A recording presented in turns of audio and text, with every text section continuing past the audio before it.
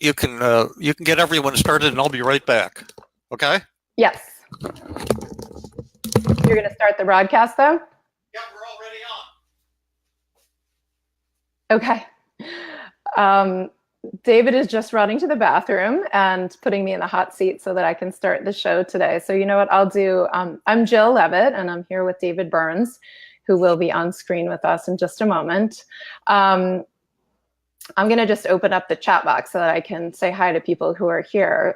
So if you've joined with us and we've gone live, then you can say hi to us in the comments box. We're going to be focusing today, we've called it the Shouldy Show. We hope you like the title. But we're going to focus today on should statements. We got an excellent email from that David will read to everyone from one of our listeners who wanted to know if we could do a podcast focusing on should statements and kind of how they get in our way, and then also how to find your way out of them. What are good cognitive therapy methods that will help you in talking back to should statements and kind of getting back on track. And so we'll be focusing today on those things. Hi, John. Yeah, are you laughing at me that we've got a live David and Jill show with no David. So David will be back in a moment. And I see Mark Noble joining us. Hi, Mark. Thanks. And hi, Julie and John.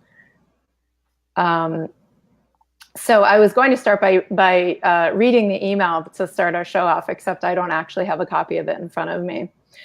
Oh, hi, Dipti. I heard you had a great time with David and Mike in Whistler, so I'm glad that you're back with us. And someone asked, should we stop shoulding? Yes, exactly. We should stop shoulding. It's not that we should stop shoulding, it's that we would prefer to stop shoulding, which is a method that we'll be showing you today. So actually, I could start out while we're waiting for David with asking people, David's back here, but to think about, as we're waiting for David to join us, to think about, hi, David. Hello, I'm back. Right. I was just going to ask people while we were waiting for you to think about, we'll talk about a variety of different things today, but to get people started in their contributions, to start thinking about your own should statements. What are the kinds of should statements that you direct toward yourself or toward other people that cause you suffering? But we have special guests today on our Should Show. By the way, don't feel bad. This happened to me mid-afternoon Facebook urgency drives, and it happened with Mike Christensen a couple when you had to run to the bathroom? Yes, right exactly at 3 p.m. It was incredible. I was planning to tell you, David, that you shouldn't have to go to the bathroom in the middle of your live broadcast. Yeah, something like that. We have some special guests today. Number one, and one of my number one people of all time, the wonderful, brilliant, handsome, funny, kindly, and really neat, John Graham. Hi, John. Good to see you. And we've also got our fabulous, brilliant, and famous, and kindly, and down-to-earth Mark Noble. Good to see you. And then Kathy is joining us from, I think, Wisconsin, somewhere in that neck of the woods. And yeah, John says, ha-ha, surprise. And also... That was directed maybe toward me, surprised that I was starting the show without David. I don't know. And Dipti Joshi, who came with her gorgeous daughter to the Whistler Intensive all the way from India. And just great to see you, Dipti. Let me get us started on this great email I got from Jenny Hammond. And if you folks do write in from time to time, and by the way, Mark, I'm halfway through your email. I've been hiking and out all day. I just got it. And you raised some great questions, which I'll either address to you in an email or we can address them on the show. But let me read Jenny Hammond's email that inspired the show. And if you have requests for shows, and Karen Radella is here. Karen, hi. Great to see you, Karen. Hello, Dr. Burns. Would you please consider doing a detailed podcast? Actually, we're going to do instead of Facebook broadcast. Right. Where you show how to crush should statements about oneself and others. I've found your books, articles, and podcasts so incredibly informative, moving, and empowering. Thank you for that, Jenny. I'm so grateful the work you do with Fabrice Nye on the podcast and look forward to more. The shouldy approach to life is one that has not yet been dealt with as much as I'd hoped. I do not mean extreme prejudice and religious zealotry. I mean should statements that sound innocent and upstanding, like taking a responsible and bravely conscious approach to one's life by improving one's health, one's relationships, the environment, and being a positive, loving role model for one's children. Sounds great, doesn't it? But it isn't. For me, I don't believe moral superiority is the only motivator. I'm often shocked, disappointed, and left feeling alienated and sad by what I consider unacceptable and irresponsible behavior, mine and others. For example, I find myself strongly disliking people who are known to make racist, sexist, or gay bashing comments. However, I tell myself I should try to have empathy for them. In the end, any empathy cannot withstand my repulsion. So I have essentially shoulded both them and myself.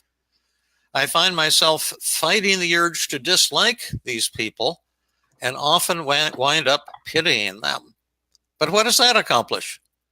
I can guess that paradoxical agenda setting could play a huge part with addressing this issue, but I feel lost at attempting to dispel these distorted statements. Thank you so much for any consideration you might give. Well, thank you for that, Jenny, and we're going to dive right in here. We've got a great outline, I hope, for the show. I hope it's a good show and not a shouldy show, but regardless, it's our shouldy show, our most shouldy show to date. And we'll dive in. Now, the first thing Jill and I want to go over is the three different there's four really different kinds of should statements that can cause distress. And then later we'll talk about healthy should statements and how they differ from these. But the first category, and feel free to type in on as you're listening, are self-directed shoulds. That's where you're attacking yourself with should statements. Like I treated a lovely young woman, very conscientious, whatever it is, and hardworking and tremendous physician in California, in Philadelphia, one of my earliest cognitive therapy patients, and her brother had committed suicide. And she became suicidal and came for treatment for probably the most extreme depression I had seen up to that point in my career. And the thought that was making her so depressed and suicidal was she was telling herself, I should have known my brother was suicidal the day he killed himself. It's a classic should statement. And I've had, on that same theme, therapists who have attended my workshops and done personal work, and on a couple of occasions, the thought that upset them was I should have known my patient was suicidal on the day he or she, killed himself or herself. Another common should statement, then you can give us some of your own, if you can think of your own shoulds. I know I have my own should statements a lot and have had throughout my career. But a lot of times people who are shy tell themselves, I shouldn't be so shy. What's wrong with me? Or another common one is I shouldn't feel the way I do. Therapists have this thought, I shouldn't be feeling angry with this patient, or some other, I shouldn't feel anxious because I'm a mental health professional. I shouldn't be so screwed up. A very common one, I shouldn't have made that mistake. I should be better than I am. And so many patients who have thoughts about their own mental illness, like, I shouldn't be so anxious, or I shouldn't be so sensitive. Yeah. Are you hearing me fine, David? I'm hearing a little bit of an echo. I hear you great. Oh, okay. Yeah, the picture's good and the sound is good from my ear. Okay. In fact, we have a comment for me from Maria Tosto. You are such a beautiful woman. No, I think that's for you, Jill. Thank you.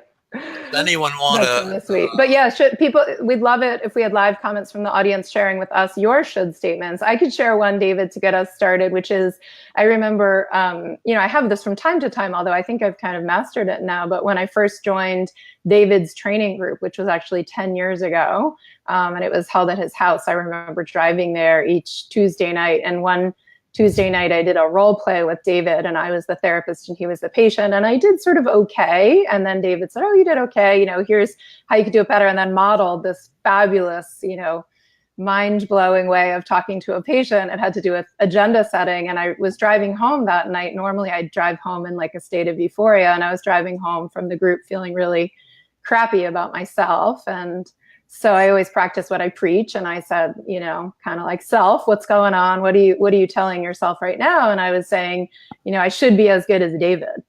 So that was my should statement, which once I said it, I should be as good as David. Oh, yeah. Right? I should be as smart as David. I should be as good with patients as David. And so as soon as I caught it, I could work on it and challenge it and actually laugh at it and sort of feel better about myself and think, no, I'm learning from David. That's the joy of going to the group and turn it around. But kind of catching it was really important. Yeah, now Jill is way better than David. David, being old and having lowered his standards, doesn't mind. Just appreciate your genius and warmth. Thank you. So I don't see anyone sharing any of their own should statements. Are you guys all, no one has any self-directed shoulds? You're all very content with yourselves?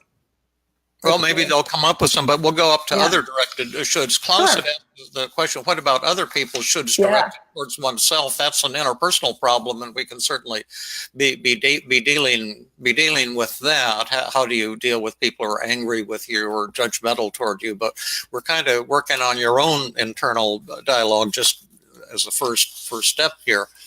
And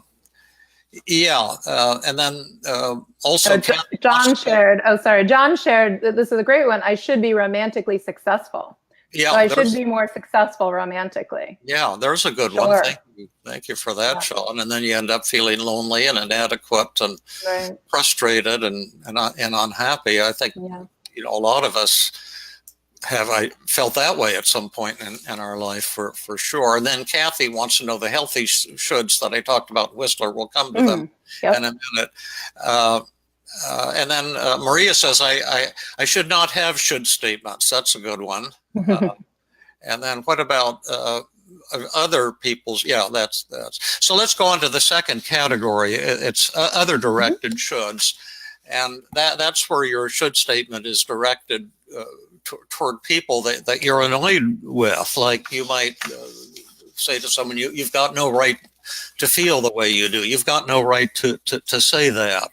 Or this problem in our relationship is all your fault. You shouldn't be thinking and feeling and behaving the way you are. I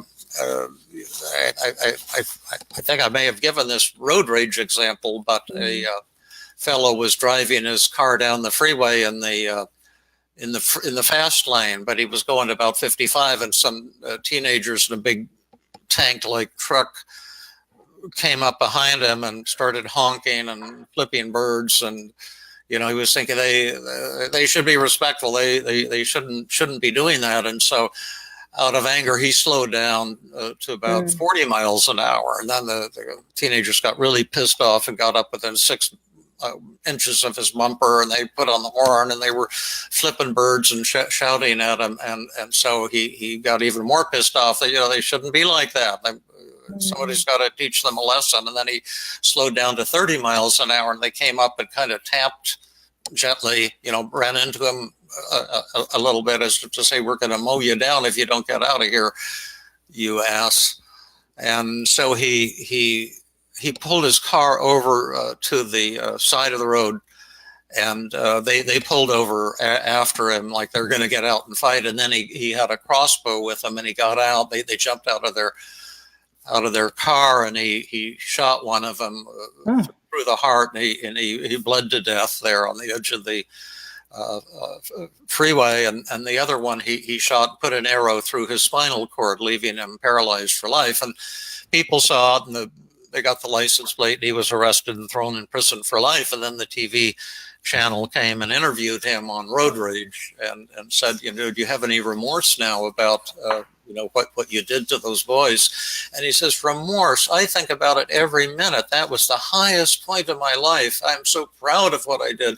I do it 1,000 times more. Those boys shouldn't have been acting that way. They got what they deserved. And so when you talk about shoulds directed outwardly toward other people, you're talking about one of the leading causes of conflict in the world. So do any of you ever have shoulds directed toward other people? Maybe you've got one, John Graham, from time to time. I think we all do. Jill will now.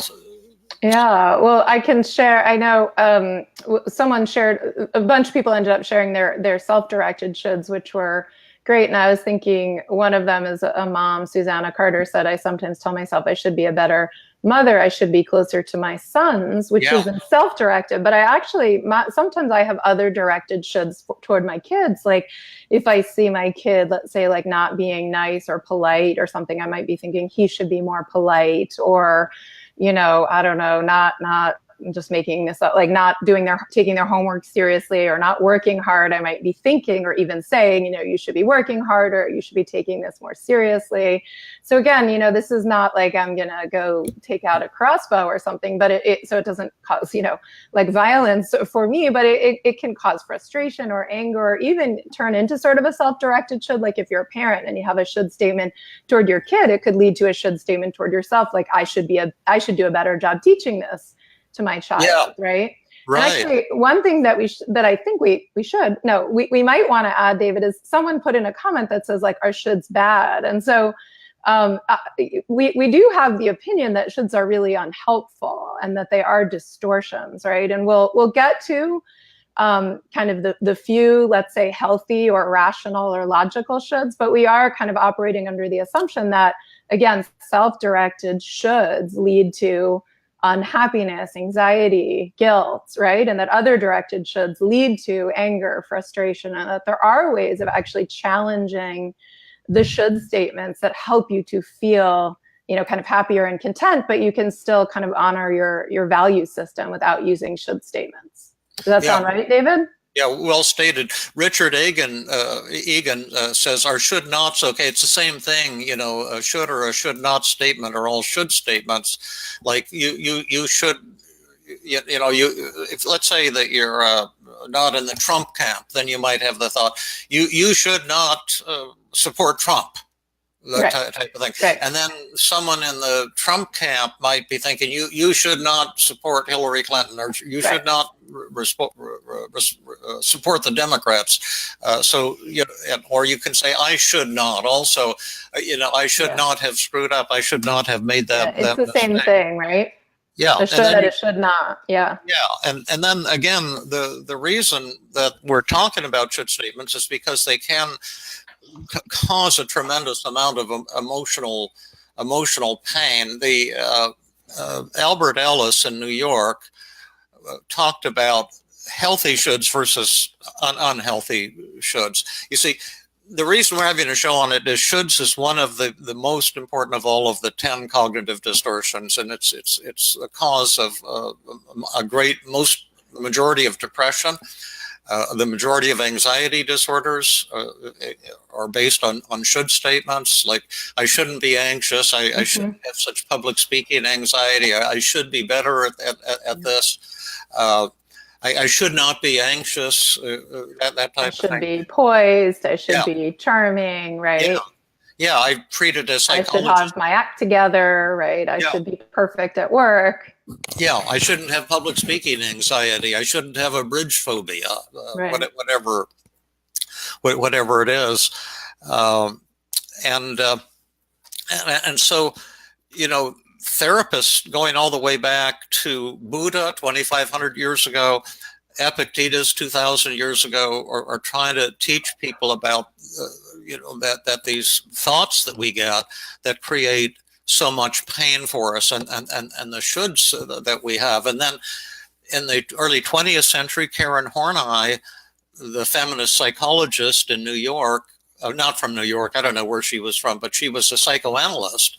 But she talked about shoulds and the tyranny of the shoulds, kind of in psychoanalytic terms, but it was really very similar to what we're talking about on the show. And she talked about the fact that a lot of us have this ideal self. And it's this idealized picture of how we think we should be. Like when I started out in therapy, I said, I should be the greatest therapist ever. I should be able to cure every patient, no matter what. And then you bump up against the real you, the real self that isn't like that, the self that fails, the self that screws up. And that's when you begin to get shame and to tell yourself, I shouldn't have screwed up. I should be better than this. And then in the 1950s, Albert Ellis, the noted New York psychologist who started rational emotive therapy, also called rational emotive behavior therapy, REBT, he was a big promoter of the fact that shoulds were just pretty much, in his mind, the major cause of all emotional distress and all relationship conflict.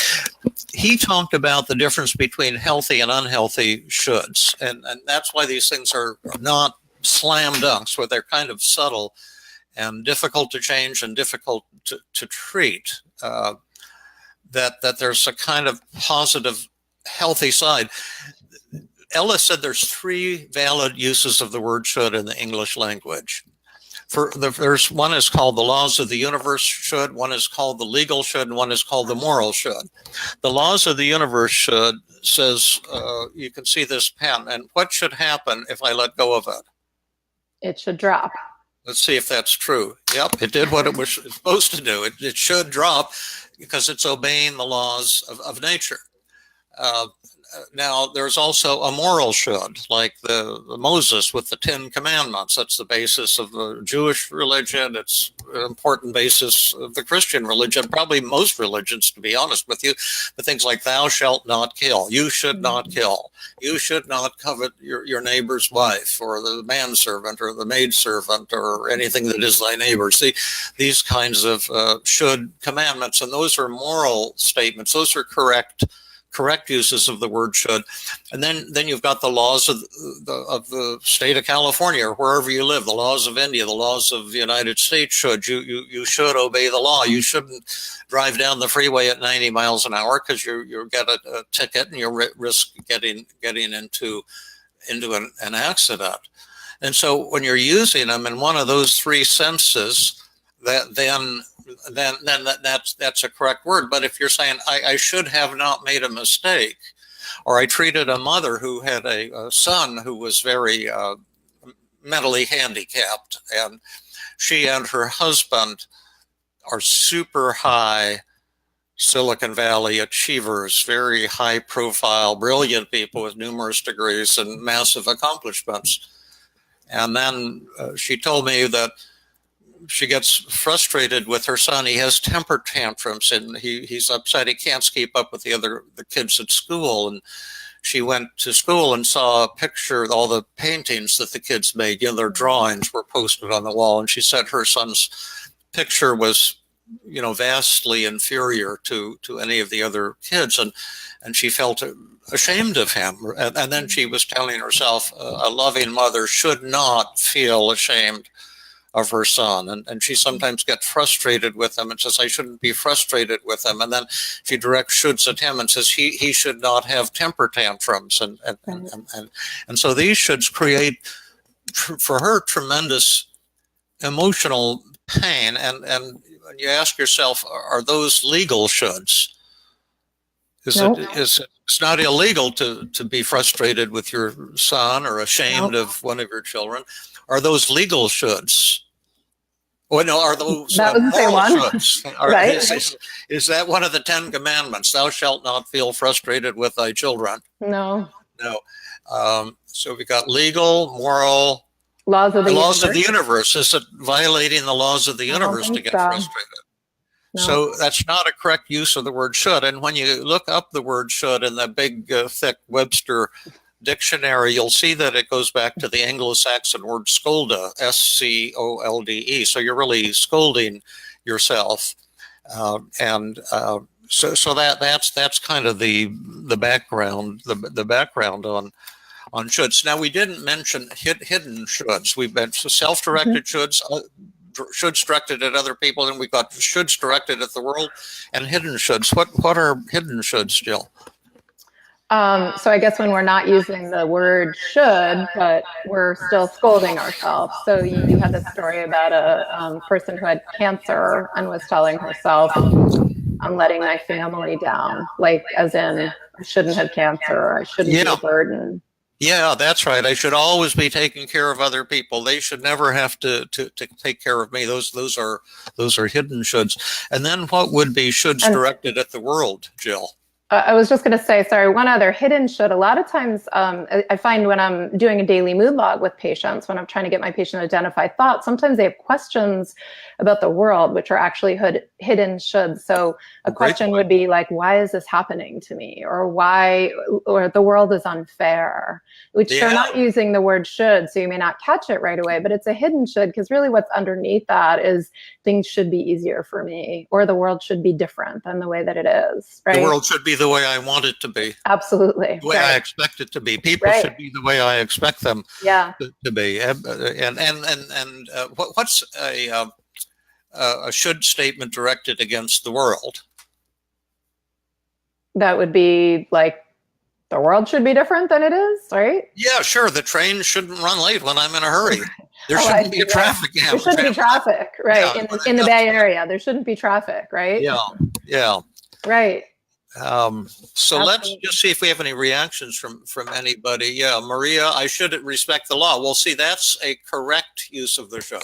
Right. Correct should statement. But here's one that isn't, Dipti. When I am good to you, you should be good to me. Yep. Is that a correct belief? Nope. Right. In other words, that would lead to feelings of frustration or disappointment with another. Yeah. Yeah. Yeah. Well, why is it not true that when I am good to you, you should be good to me? You might be good to me and you might not be good to me. And there is no law that says, how people kind of should treat me. There's how I would like people to treat me, which is a different story, but people don't always do what I would like them to do, right? Right. And then Kathy gave us two good examples. I should handle my anxiety better. Almost everyone I've treated with anxiety gives them yourself that should. And again, why could this be an issue? Well, because now you're doubling your problems when you have should statements. You have the anxiety to deal with. And then when you say, I shouldn't have anxiety, you get distracted by all the shame and defectiveness that you're feeling because of the anxiety. David, if you think of it with OCD, this is pretty primary, right? Someone will have an intrusive thought, which might be disturbing to them, and then they immediately have the thought, I shouldn't have that thought, right? So let's say that someone has a really intrusive sexual image or thought of themselves doing something sexually inappropriate. It's not really, that causes some distress, but then the distress escalates because they tell themselves, I shouldn't be having that thought, or I'm bad because I have that thought. Oh, right. Absolutely. I love that example. You see that to the hilt and OCD. Right. Yeah. Dipti gave us one, I should always be able to remain humble. Right. There's a good one. And then what percentage of human beings are always able to remain humble? Right. 0%. So you're already using a method here, right? This is like Socratic questioning, or let's or something. Exactly. Right. Right, and then I should be nice to everyone. Right, and that's the cause of all anxiety disorders, right there. This niceness, and then you get into a conflict with somebody. Instead of dealing with a conflict, you sweep it under the rug, and it comes out indirectly as a panic attack, or OCD, or a phobia, or some form of anxiety, and then. So I should handle my bipolar better, so now we've gone through a lot of the comments people have written in here. And Mark said something about the moral should being complex. I'm just fast forwarding to the part about the email. So he said, for example, David and Jill may think a person's sexual orientation is not the subject of a moral should, while a religious fundamentalist will have a very different should statement, which seems to lead right into the email that you received, which I think is worth mentioning, right? Because the email, she talks about having should statements directed toward others because of her moral beliefs, right? Noticing that other people might be, I think she said, misogynistic, sexist, racist, homophobic, and then she's feeling angry with them because they shouldn't feel that way, right? Yes, right. And so that's sort of a moral, in her mind, maybe a moral rule or value that they're crossing, and then she gets stuck in sort of the should statements. Well, let's take a look at this, Jill. Let me be the devil's advocate here for a minute, because we're starting to get into a therapeutic issue. Why can't I go ahead and judge gay people as bad if that's my moral system? Or if this is my moral system, why can't I just go ahead and judge gay bashing people as bad and say they shouldn't be like that? Gay people shouldn't be the way they are. Gay bashers shouldn't be the way they are. Right. In other words, you're saying it, as in the email, someone's coming to us, for therapy and saying, let's take her case of saying, gosh, I find that I'm really angry with people who are homophobic. And I tell myself I shouldn't be angry with them. Is that right?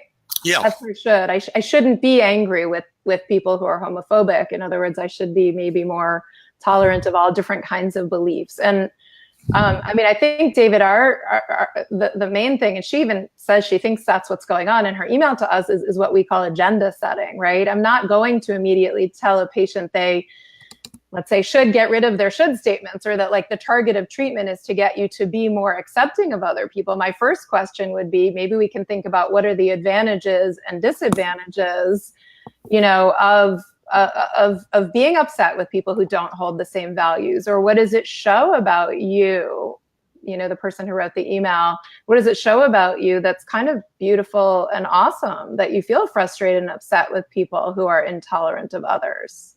Right. Right? We would start with what we call agenda setting, which is not to try to fix the should statement, although we have tools to do that, but to first get the patient to kind of explain to us or even argue for change and tell us why they would want to let go of those shoulds, right? Yes, and that brings us right into the next point, is why are should statements so addictive? Should statements directed to yourself and should statements directed toward others, the ones that causes us to feel like failures and I failed, I haven't helped every patient, I should be able to help every patient, I shouldn't have left my career in teaching, somebody gave us 3 years ago. Yeah. Why are our should statements directed against ourselves so intensely difficult to get rid of, so addictive? And why are the should statements that we have directed toward other people so intensely addictive? Because shoulds directed at other people have been causing conflict throughout the world now for thousands of years, and I don't see any evidence that it's going to let up. The Palestinians and the Israelis, many of them seem to kill each other because of should statements, and the Israelis and Christians on one hand, and then the conservative Muslims on the other hand, and say, no, you shouldn't have your religion. You shouldn't have those beliefs. Those things are also intensely addictive, and so addictive that people are willing to fight and kill and give up their own lives in favor of the should statement. So before we talk about how you can change your shoulds, if you do want to get rid of these should statements, why is it going to be hard? So maybe we could take one at a time and even ask the audience before we give away the answer. There might be a couple of answers, but let's ask the audience, when you are telling yourself you should be better than you are, you should be different, a better mom, a better therapist, more patient, smarter. Fail. Right, I shouldn't fail. I should always get good grades. What does it show about you? Or differently, why is it almost impossible to get rid of those? Yep, either way. Why are they addictive? Yep. What's the addiction all about? So why do we get stuck in should statements? Should statements is the toughest of all 10 distortions to eliminate. Mm-hmm. Why are shoulds directed at yourself? Well, Bernie says being right is addictive. That's a good one. You're right on that, Bernie. Jarvis says I should have my life together by now. And why might Jarvis be addicted to that statement and not want to let go of it? Any answers? Let's see. Hello. Yeah, so someone wrote something great. Angie Campbell Turner wrote, because it is the reason that I use to motivate myself, right? I kind of hit myself with a stick and say you should be better, and that Beautiful. motivates me to work harder, right? Beautiful. That's Absolutely. one thing. It's kind of the your perfectionism, Yep. your all or nothing thinking, you're beating up on yourself may be a key to your success. It's painful, but it's why I've gotten as far as I have. Yep. And we've got a bunch more here that are right in line. So when you're not the way you should, you may be killing your ego.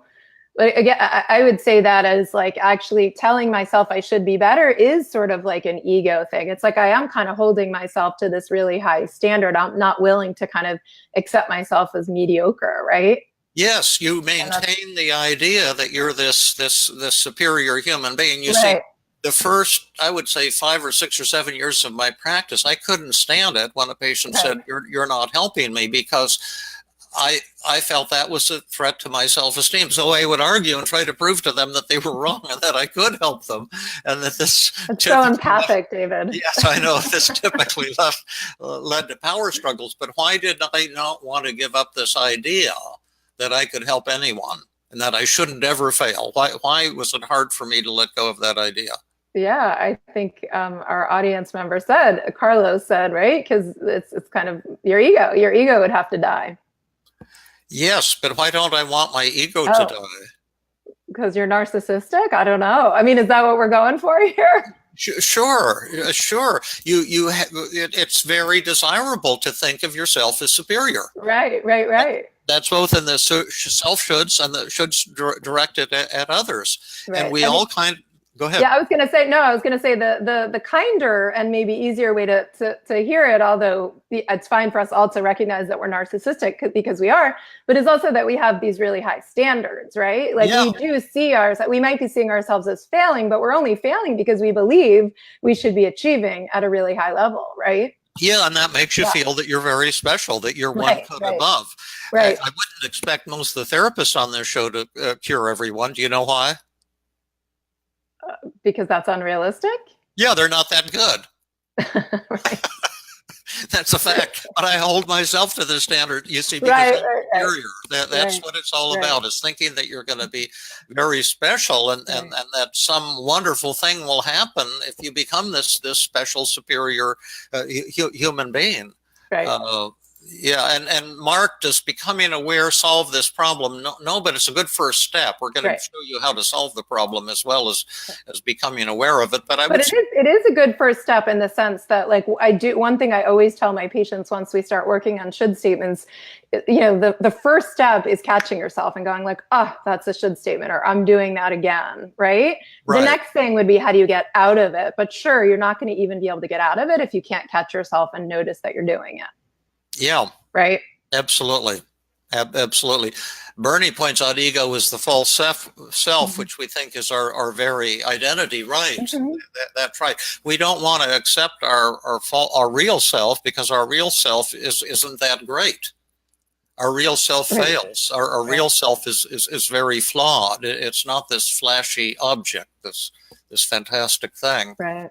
Yeah, and Mark also reminds us, we've been talking a lot about the advantages or why it's so addictive to have these self-directed shoulds. And then Mark points out about the other directed shoulds, that it's a way to place yourself in a higher position in a dominance hierarchy that is important, right? So essentially, for sure, when I'm telling, my friend, you shouldn't be late, or when you're telling the person in front of you, you shouldn't be doing this or that, I'm somehow also holding myself in this very kind of superior position, right? Yes, I'd like all the people watching the show who like to put others down, raise your hands. Good. We got Jill and David and a bunch of liars. Because we all like feeling morally superior to other human beings, and that's the other directed shoulds. We don't want to give up. You see. Think about anybody who you're pissed off at, who you don't like. There's a lot of people I could name. I won't for fear of getting sued, but I'm sure we all could name people we don't really like, and we really kind of judge them and look down on them, and then ask yourself, do I really want to treat that person with respect? Right. And and the answer is no. No, I don't. I want to hurt them. I want to put them down. That's the dark side of human nature, which is behind the shoulds we direct toward other people. It's feel dominant and superior. David, I just want to point out in a really kind of cool way, a couple of people have sort of had the argument in the opposite direction, which is of course what ultimately we're hoping for with our patients, right? Like we're going to point out what are all the great reasons to hang on to your shoulds. Why are they so addictive? What do they show about you? Like your high standards and everything. But a couple of people have pointed out, which is also true. So Travis Albright said lately, I should be successful. Statements have been a death of the ego because I want to think that my depression, my should statements directed to myself motivate me, but actually they bring me down and make me less productive sometimes. Right? So it's like in order to overcome these should statements, you have to be willing essentially to accept yourself, to not keep trying to motivate yourself with shoulds. And that's going to be challenging and painful, but the alternative is to keep shoulding yourself, which leads you to feel, depressed and unhappy, right? Right.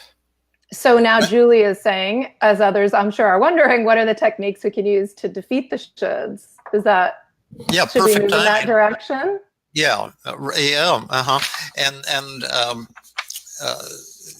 And so I'll give you a list of techniques. We might not get through all of them here in the show, but anytime.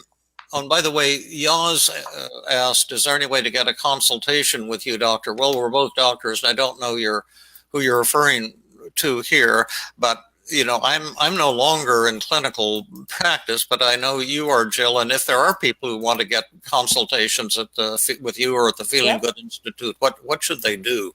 Yeah, so you could email me, Jill Levitt, my first and last name, JILLLEVITT @feelinggoodinstitute.com. I do schedule consultations with therapists. And if for whatever reason I'm not the right fit, I have a number of colleagues that also do consultation on David Burns's team CBT model. Great. Yeah. So you could. I can also say, just to be fair or to be kind of open, you could go to the Feeling Good Institute website. So it's feelinggoodinstitute.com/training, and there's lots of different opportunities and different people that can offer consultation and training in this very model. But thank you. Yeah.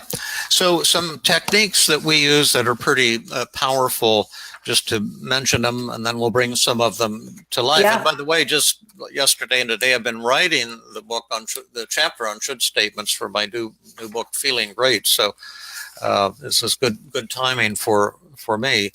But positive reframing, well, you always want to start with a specific should statement, a particular moment that you were giving yourself a should statement, and maybe do a daily mood log. What was the event? How were you feeling? And what are your negative thoughts? And then if you find a negative thought that's a should statement, then the first thing would always be positive reframing. And we'll do that right now. We can take an example of somebody's negative thought.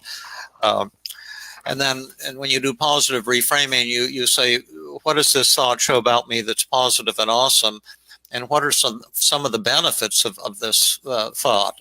And we can come up with quite a large list of benefits of should statements, and also how they reflect your core values and beautiful and awesome things about you. And then once we've listed all the reasons for you to have this or many should statements, then we would be asking you, well, given all these positive things about your should statements, why would you want to change that?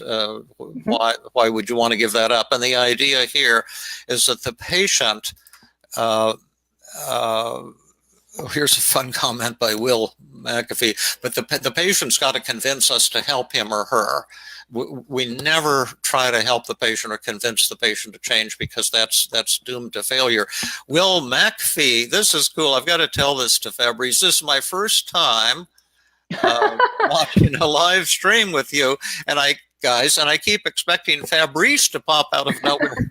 Fabrice is at his beloved home country of France, and he'll be home tomorrow. He's been gone for several weeks, and I'll pass this on. Someone else said they want to see Fabrice on our. But for people who are listening who don't know why that's funny, is that David does podcasts, and Fabrice moderates the podcast and does these fabulous interviews with David, and so he's often David's sidekick. So it's sort of, unusual for Will to hear David talking without Fabrice's interjection, right? Yeah. Also, Angie and Kathy are also asking about online counseling, teletherapy. And I think there is something all like of that. those things. Yep. Right? So go ahead and so you can go to feelinggoodinstitute.com and then /therapy for all the treatment related services, or /training if you're a therapist looking for more training, or just go to feelinggoodinstitute.com and you'll find your way, or you can send me an email. But yeah, we offer all of those things. Now to do, anyway, another useful. David, sorry, but there's one thing, Maria, I think this is a great question. She says, why do the positive reframing first? Right. And I think David addressed that, but the reason that we always do what we call agenda setting first, get really specific, and then really sit with the patient and look at what are all the good reasons not to change, is so that we're not pulling our patients along, convincing them to change, and in essence, encouraging them to resist. Yeah. If you come to therapy and you've been telling yourself, I should be better than I am, and your therapist sits there and tries to convince you that actually, no, this is a distortion, really you shouldn't be better than you are, what are you going to do? You're going to resist, right? Your therapist seems smarter than you, et cetera. Instead, what we want to do is kind of really join with our patients and think with them together collaboratively in a really kind of deeply empathic way, thinking, why does it make sense to keep doing what you're doing? What does what you're doing show about you that's kind of beautiful, or that really is working for you? And when we do that, our patients generally, paradoxically, will start to kind of argue for change, but then it boosts their motivation. They can convince us kind of why they want to change. And then they're going to be really motivated. And then all the methods we have to offer will be that much more effective. By the way, I don't know if you got a copy of an email I got from somebody, that there was some podcast for rational emotive therapy podcast. That's the Albert Ellis therapy. Okay. And I loved Albert Ellis, even though he was kind of an eccentric, and he was the big anti-should guy. And but their podcast was devoted to ripping team therapy apart. And there were 3 criticisms, and I emailed this fellow and said, well, tell them to invite me back on, because I'd love to be on their podcast and address these 3 criticisms. Totally. Wow, that's a bummer. Well, one of them was that the agenda setting, dealing with motivation and resistance, is nonsensical, because since the patient is in the office, the patient clearly wants help, so you don't have to deal with resistance. Wow. What do you think about that? That's hard to imagine that a therapist would believe that patients don't experience a whole lot of resistance. Yeah, it's interesting. It's funny, David, though, I'll just make one comment, which is, of course, not every patient is intensely resistant by any means, but very interesting. I'll tell the story that you always tell, David, which is, in our training groups, we will offer therapists to do personal work. And a couple of years ago, I offered to be the patient, and David was the therapist, and we were doing personal work. And David and I have such a great relationship that he did, some empathy and kind of skipped agenda setting and threw methods at me, and they were super helpful. But at the end, I was like, I feel kind of down. I feel like, you missed this. I feel gypped. I didn't get to do agenda setting. And it is, I don't know, it's sort of like this treasure moment in therapy where you feel really understood, really connected with, and also really motivated. You get to kind of argue for change rather than, again, have your therapist spoon feed you the change. And so that was my experience, was even being an extremely motivated patient, I actually really like the time that we spend doing agenda setting and being really collaborative. And that night we changed team therapy based on your comments, Jill, as you know, and said from now on we're going to do a paradoxical agenda setting and deal with resistance with 100% of our patients, not 50% of our patients. And that's been a tremendous game changer. Sometime I'll tell you there are other criticisms too, which were I would be so interested in seeing if there's some. Remember them now. One of them was that empathy is not important. And that we waste time on empathy, and so we should have a separate conversation about that. It sounds totally interesting, actually. And the third one is you shouldn't do measurement because therapists know how their patients feel. Oh, that sounds unusual. I'm surprised. Yeah. I'm surprised to hear that coming out of a CBT. Easy to address. But at any rate, the very first thing is positive reframing to see if the patient really wants to give up the shoulds. Because when we're working with shoulds, you're working with an addiction. It's an addiction to your own shoulds and the shoulds you direct toward others. They make you feel morally superior. And so there has to be a decision. Is this something you really want to give up? And so we can show how to do that with positive reframing, but it's the key, I would say, to our success. Other techniques, a really simple one we can probably illustrate today is the semantic method. It's a very humble technique. Yeah. You can use Albert Ellis's examine the evidence, which is historically famous, practically rather ineffective, I think, but it's intriguing and flashy. Then you got the double standard technique, and then the powerhouse externalization of voices and acceptance paradox. You can also use identify the distortions, because any thought that's a should statement will have at least 5 or 6 other distortions. And in my new book, there will be a chart. Once you figure the distortion in your thought, you go to the chart and you can find the best techniques to crush that thought and to get a good positive thought. And so there would be a lot of other ways to attack a should statement in addition to attacking its shouldness. And you can do cost benefit analysis, and there's a ton of techniques. Should we? Yeah, and David, one other one I'll throw out there, I don't think you listed, which is one of my favorites in general, although it's so simple and humble, is be specific. And I'll just tell you what I mean about that is that, and generally, I think most methods should be combined with the semantic technique, which is kind of the idea of just removing the should from the sentence and then changing it so that it expresses your values or what feels important to you without the kind of scolding piece. So like, let's say that I'm, snap at my boys in the morning when I'm rushing off to work or something. And I say, I shouldn't be so impatient. Or I should be more patient or something. I mean, I could change that easily just using the semantic technique. Instead of saying I should be more patient, I could say I would really like to be more patient with my children. And then I maybe even could be more specific and say, like, be specific, which would be to say, I sometimes snap at my kids in the morning when we're all in a rush.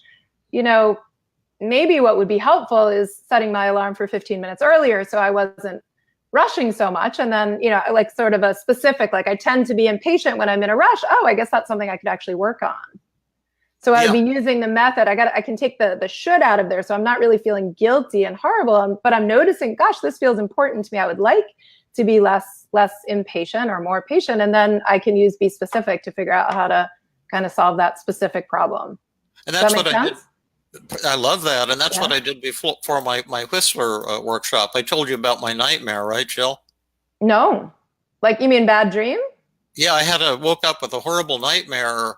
I think I overheard you telling someone about it after the Tuesday group. Yeah. But it was another personal should issue. I somehow, our strengths are our weaknesses, and I'm kind of quick and have a sense of humor, but sometimes I'm a little too tough on people when I give them feedback too direct. That's why I like working with you, Jill, because you have so much compassion and warmth when you give feedback when people are making mistakes. But in this nightmare, I dreamed that I was at Stanford and there were some patients there, and I was in this kind of narcissistic mood, I think, thinking that I'm so special, I'm so a great therapist, and this poor fellow was having panic attacks, and he was saying, well, his therapist is trying to teach them how to control the panic, but it's hard to control the panic. And so I said, oh, well, that's exactly the wrong thing to do. I have all my patients freak out. That's the solution. Right. And I was thinking, oh, yeah, I'm so much better than these other therapists at Stanford. They're all kind of backward, and we have all this, modern stuff. And then in the next scene, and that's kind of a should type of thing too, is where you're thinking you're so special and you're going to be so great. And then in the next scene of the dream, I was standing next to a swimming pool. It's a public pool. And again, there were some patients behind me, including this fellow who I told to freak out. And he suddenly started screaming and growling like an animal. And he ran up and jumped in the pool and lunged at this young woman, probably a 12-year-old girl or something, or 14-year-old, and started biting her and gouging her eyeballs out with his finger. That's a terrible dream. It was horrible. And I woke up thinking, oh my gosh, I'm going to get a terrible reputation at Stanford. Burns is a loose cannon type of thing. Right. And I was really in a state of kind of shame and panic for several days. And I was telling myself, oh, David, words have power. You shouldn't be so aggressive. You shouldn't be this way. Yeah. And then I decided to use the semantic technique. Yes. And say, well, could you talk to yourself differently? And I said, well, David, maybe you can tell yourself that words are powerful, and because you have a kind of a high profile, maybe your words will have more impact than you realize sometimes. Yeah. So it would be desirable to be careful and to use warmth when you interact with people, and kindness, and always try to make the other person feel terrific, and then they'll be more responsive in your workshops and in your therapy. And so it's like, as you say, it was getting the should out of there, but keeping the value, and it kind of softens the statement and gives me something specific. Let's be specific. And I said, David, when you go to Whistler, you make sure that every time every person speaks, you make them feel like $1 million, no matter if what they're saying is off base or hostile or you treat everyone with respect. You don't act like you're better than other people or like you know everything. Yeah, and also that you treat that person with warmth, so they feel good about the interaction with you. And I was absolutely focused on that. And then the workshop was just fantastic, and the ratings were the highest that I've had in the last 30 years. And they weren't just a little better; they were like way better. Yeah. And so that would be like an example of the semantic method. But the semantic method and be specific, they sound kind of humble, you might say. But for myself, the impact was very, very powerful. I agree. And I think maybe that's a sort of a good way for us to end. Not that we have to end exactly now, but we only have a few minutes left. But this idea of doing positive reframing to really kind of highlight like what this shows about you that's really beautiful. Like, this is an expression of your value system, David, right? You're shoulding yourself because you actually want to connect more with other people, because you don't want to hurt other people, right? Because you don't want to be seen as narcissistic or antagonistic. And so we wouldn't try to take that away from you. We would just say, so how can you turn that should statement instead into an expression of your preference, what matters to you, what's important to you? And then also, how can you turn it into like your goals, right? We wanted to motivate you, but not to motivate you with the stick, but rather to motivate you by sort of clarifying what's important to you. Yeah. Right? Yes. And that's essentially, the names for those techniques are the semantic technique to sort of take out the should and express it as a preference. And then we both use the be specific technique to really clarify and specify what is it that's, how would you like it to be different? How would you like to change? And then work on that rather than scolding yourself for not being that. Yeah. Right? Absolutely. Now, there's a couple beautiful comments from people here, and then I have my quick mention of the upcoming in 2 weeks, the intensive in South San Francisco, in case anyone wants to attend. But Bernie says, wow, a nightmare with a great lesson. Yes, that was a nightmare with a great lesson. That's for sure. We have a couple others. Angie asked the question, don't all society rules and norms come from should statements? Well, there's you might have missed the early part of the show, Angie. I'm not sure, but we talked about healthy and unhealthy should statements, and certainly laws are healthy should statements. Those are norms that society sets up, and then moral rules. The moral shoulds are also norms that society sets up, the rules of ethical, moral behavior, and so you're absolutely right about those. Those are not distorted and not the ones we're wanting to work on, right? That's right. Yeah. John Graham makes a beautiful statement, so true. Resistance work is the key to change. I couldn't agree more. It's this life-changing concept for me, and for me too, John. And Dipti says, me too, I too wish to see Fabrice on Facebook. Well, tell him when he gets back. In popular demand here. David, isn't Jenny is the one who wrote the email? Is that right? Or did I just? Who did? Jenny. Oh, Jenny, is she here? Jenny Hammond. Yeah. So she wrote, "This is helpful. Lose the should, but keep the values or goals." Oh, nice. Yes, Jenny. Right. Well, thank you, Jenny, for giving us this show, and I'm glad that you could join us live. Now, if any of you want to come to the South San Francisco workshop, it'll be August 6th to 9th, so it'll start 2 weeks from tomorrow. Today is Sunday, July 22nd, and starts Monday, August 6th to Monday, August 9th. And for information, you can go to iahb.org. That's the sponsor, iahb.org, and read about the workshop, or simply call them at 1-800-258-8411. And it'll be 4 days and 2 nights on treatment of depression and anxiety. You'll learn tons of techniques, including empathy, positive reframing, testing, and all these, at least 20 or 30 of these 50 basic methods.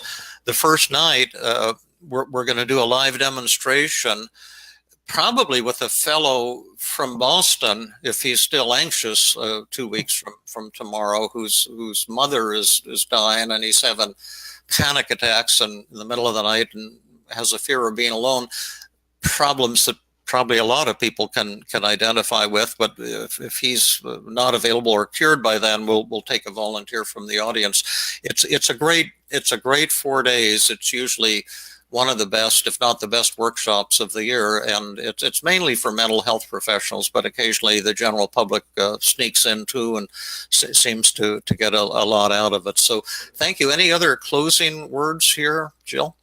I was just typing up your iahb.org for your workshop and sending that in the chat box. Maybe that only went to you. I meant to send it to you. Yeah, that chat box. I don't know quite how that works. Hopefully, I don't know if I shared that with everyone. I was just trying to share the links, which is iahb.org for David's workshop, and then feelinggoodinstitute.com for training or treatment. Yeah, this is called back channel chat. Can anyone see it? I just put it up. I bet no one can see it. It's probably just for us. Okay. So, and then David, I guess you and I will think about whether we'll want to do a part 2. Maybe people can write in the chat box as well. If you like this, if you thought this was helpful, if you'd like us to do another week focusing on should statements and treatment for should statements, we certainly could set up some role play between the two of us to show you more about the positive reframing, how to use other methods, including the ones that we shared with you, which is the semantic techniques and the be specific and lots of other methods, right? So we could do a part 2, or we could shift to another topic. Maybe people can give us feedback to let us know what you want to see in this hour. Right? And then finally a shout out for Lisa Kelly, who couldn't join us today. She's injured and in a little bit of discomfort, but she's been helping us tremendously. And Lisa would ask as well, if you like this broadcast, to please share it, right? To put it on your Facebook feed, to share it with your friends, to link to your friends so that other people can watch it too. Yeah, finally, Raul says the should statements are like having a fascist inside of us, and I couldn't agree more. Terrific. Absolutely. Yeah, and Bernie says, yes, how about part 2 and part 3? Well, tell us what you want, because that we're motivated if we're meeting a need that some of you have. So thank you so much, everybody. And here's my smile again. Again, I couldn't smile for a camera until about a year ago. So have a great Sunday. Yeah, have you too. And thank you, Jill. Anytime. Yeah. So end broadcast.